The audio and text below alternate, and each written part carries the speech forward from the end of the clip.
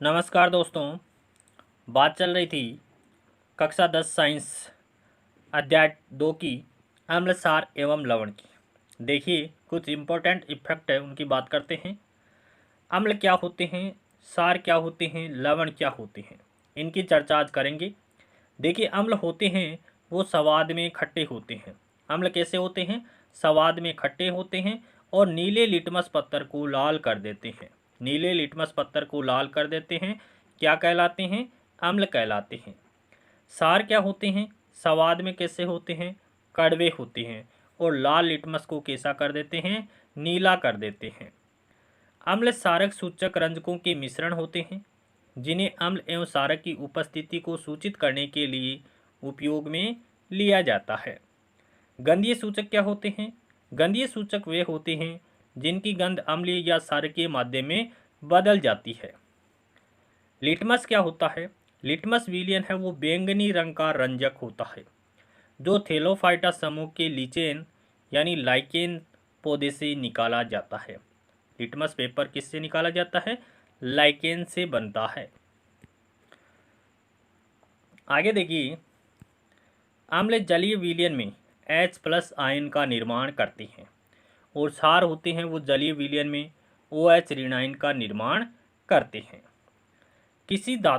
किसी अम्ल की धातु के साथ अभिक्रिया से हाइड्रोजन गैस उत्सर्जित होती है। जब किसी अम्ल की धातु के साथ अभिक्रिया करवाते हैं तो हाइड्रोजन गैस उत्सर्जित होती है तथा संगत लवण बनता है। और जब सारक किसी धातु से अभिक्रिया करता है तो हाइड्रोजन गैस उत्सर्जित होती है तथा एक लवण बनता है, किंतु ऐसी अभिक्रियाएं सभी धातुओं के साथ संभव नहीं है। देखिए जिंक धातु की अभिक्रिया सार के साथ NaOH के साथ करवाते हैं। Na2ZnO2 का निर्माण होता है प्लस हाइड्रोजन गैस यहाँ पर निकलती है। Zn की अभिक्रिया 2NaOH के साथ करवाने पर Na2ZnO2 बनता है जिसका नाम है sodium zincate plus hydrogen gas यहाँ पर निकलती है। अम्लों की अभिक्रिया किसी धातु कार्बोनेट या धातु हाइड्रोजन कार्बोनेट से कराते हैं तो संगत लवण बनता है, CO2 गैस निकलती है और जल का निर्माण होता है। देखिए धातु कार्बोनेट Na2CO3 धातु कार्बोनेट कर सकते हैं, सोडियम कार्बोनेट कर सकते हैं की अभिक्रिया अम्ल के साथ 2HCl के साथ करवाते हैं तो 2NaCl लवण का निर्माण होता है प्लस H2O बनता है प्लस CO2 गैस यहाँ पर निकलती है।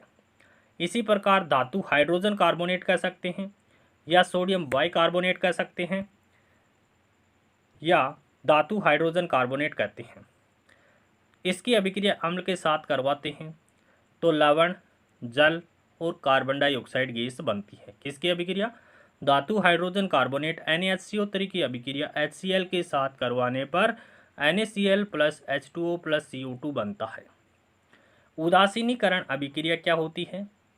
अम्ल और सार परस्पर मिलकर के लवण और जल बनाते हैं। इस अभिक्रिया को क्या कहते हैं? उदासीनीकरण अभिक्रिया कहते हैं। जब अम्ल और सार मिलकर के किसी लवण का निर्माण करते हैं और जल का निर्माण करते हैं, ऐसे अभिक्रिया को उदासीनीकरण अभिक्रिया कहते हैं। और उदासीनीकरण अभिक्रिया होती है वो ऊष्माक्षेपी अभिक्रिया होती है, अर्थात इन अभिक्रियाओं में ऊष्मा का उत्सर्जन होता है। NaOH सार है, HCl अम्ल है, दोनों रिएक्शन करेंगे, लवण का निर्माण होगा, NaCl प्लस जल का निर्माण होगा। आगे देखिए, धातुओं के ऑक्साइड सामान्यतः क्षारीय प्रकृति के होते हैं। किसके ऑक्साइड? धातु के ऑक्साइड होते हैं, उनकी प्रकृति कैसी होती है? क्षारीय प्रकृति होती है। अतः ये अम्लों से क्रिया करके क्या बनाते हैं? लवण और जल बनाते हैं। धातु के ऑक्साइड अम्ल के साथ क्रिया करके लवण और जल बनाते हैं। अधातु के ऑक्साइड अम्लीय होते हैं। किस प्रकृति के होते हैं? अधातु के ऑक्साइड अम्लीय प्रकृति के होते हैं और ये सार के साथ क्रिया करके लवण और जल का निर्माण करते हैं। देखिए धातु किस किस प्रकृति के होते हैं? क्षारीय प्रकृति के। किसके साथ रिएक्शन करेंगे? अम्ल के साथ। क्या बनेगा? लवण और जल बनेगा। अधातु की प्रकृति कैसी होती है? अम्लीय प्रकृति होती है। किसके साथ रिएक्शन करते हैं? सार के साथ रिएक्शन करते हैं, क्या बनता है? लवण और जल का निर्माण होता है। अम्ल तथा क्षारक तथा लवण के जलीय विलयन विद्युत का चालन करते हैं। कौन? अम्ल, क्षार और लवण की कैसे विलयन? जलीय विलयन। किसका चालन करते हैं?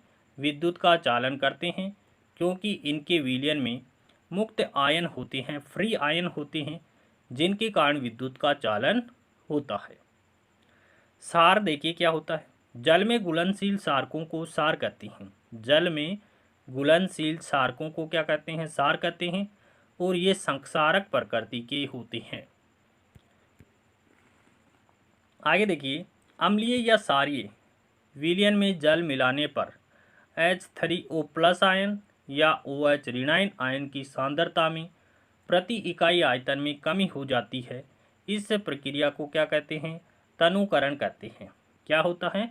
अम्लीय या क्षारीय विलयन में जल मिलाते हैं तो H3O+ या OH ऋणायन आयन की सांद्रता में प्रति इकाई आयतन में कमी हो जाती है। इस प्रक्रिया को क्या कहते हैं? तनुकरण कहते हैं। जल में अम्ल या क्षार के घुलने की प्रक्रिया अत्यंत ऊष्माक्षेपी होती है, यानी अत्यधिक मात्रा में ऊष्मा का उत्सर्जन होता है। कब? जब जल में अम्ल या क्षार डालते हैं तो अत्यधिक मात्रा में ऊष्मा उत्पन्न होती है, जिसके कारण उन अभिक्रियाओं को क्या कहते हैं? ऊष्माक्षेपी अभिक्रियाएं कहते हैं। अम्लों या क्षारकों की प्रबलता की जांच किसकी सहायता से करते हैं? पीएच स्केल की सहायता से करते हैं। और पीएच स्केल के ऊपर 0 से 14 तक के अंक अंकित होते हैं, जो कि विलयन में H+ आयन की उपस्थिति की सांद्रता की माप होती है। उदासीन विलयन का पीएच मान कितना होता है? 7 होता है। अम्लीय विलयन का पीएच मान कितना होता है? 7 से कम होता है। और क्षारकीय विलयन का पीएच मान कितना होता है? 7 से अधिक होता है।